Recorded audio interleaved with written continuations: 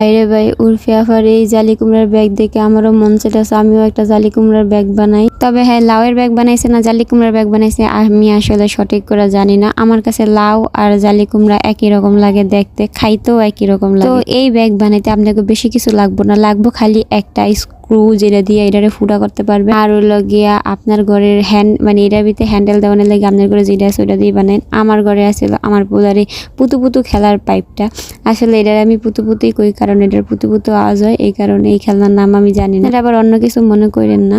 তো এই ব্যাগ বানাইতে আমার মনে করেন যে 2 মিনিটও সময় লাগে নাই, মনে হয় 2 সেকেন্ড সময় লাগছে, এরকম এত সহজ বানাই। আপনারাও বাসায় একটু ট্রাই করে দেখেন, আপনার ঘরে যেটা আছে ওটা দিয়ে ট্রাই করেন। তো আমার ব্যাগ রেডি হয়ে গেছে। গায়ের পরে জান্নাত জায়গাটা কি বানাইছো ব্যাগের মতো দিয়ে দেখা যায়, আমি কে আর এটা ব্যাগই বানাইছি ব্যাগের মতো নিতে দেখা যায়। তারপরে আমি একটু সুন্দর মতো পোস্ট পাস দিতে গেছিলাম। আসলে আমি অত ভালো পোস্ট পাস দিতে পারি না, আমার এত হাসি আইতেছিল এই পোস্ট দিতে গিয়া।